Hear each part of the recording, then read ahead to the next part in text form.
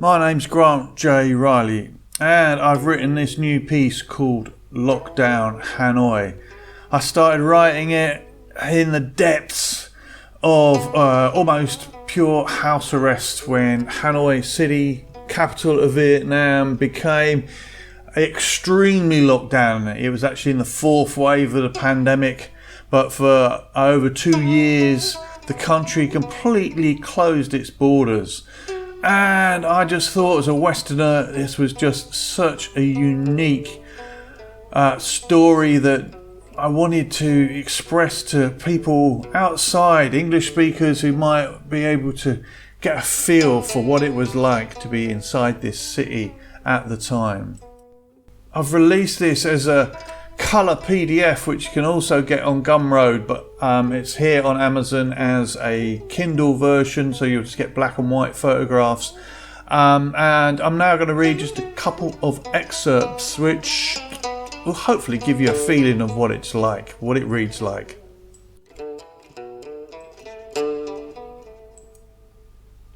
We are in the fourth and by far the worst wave of the COVID-19 pandemic in Vietnam. Perhaps 20 months in or so, I've lost count. All roads throughout the city are barricaded. Hanoi, previously one of the noisiest places in the world, is almost silent. The borders of the entire country have been closed for 18 months. The frantic construction race to the highest podium of Asia's newest top player has temporarily ceased.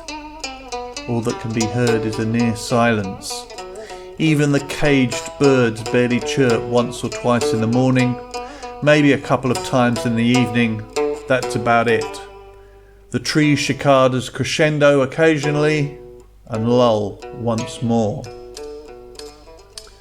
Early morning, as I awake around dawn, I still hear the water hubble bubble in a tuk lao bamboo bong as my neighbour draws strong jungle tobacco to smoke, followed by a voracious drawing of phlegm from the sinuses to the mouth, briefly pondered and then projected with massive force.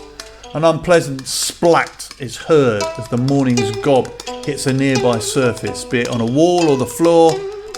That's as close a sign to life as there is right now. By midday it reaches 40 degrees Celsius, but only cools to around 35 degrees an hour before dawn at this time of year. The humidity can only be described as uncomfortably close. Well, that's just the intro of Lockdown Hanoi. Throughout the book there is wit and insanity and general descriptions of how a society completely complied with the regulations of the authorities, how everybody stopped everything that they were doing, stayed in their houses despite the incredible heat and the incredible poverty and the masses of difficulties that a developing country faced. It's a fascinating story, a fascinating read that probably didn't reach multimedia or at least mainstream media across the planet. A story I think that is really worth telling. So have a look at Lockdown Hanoi. Here it is.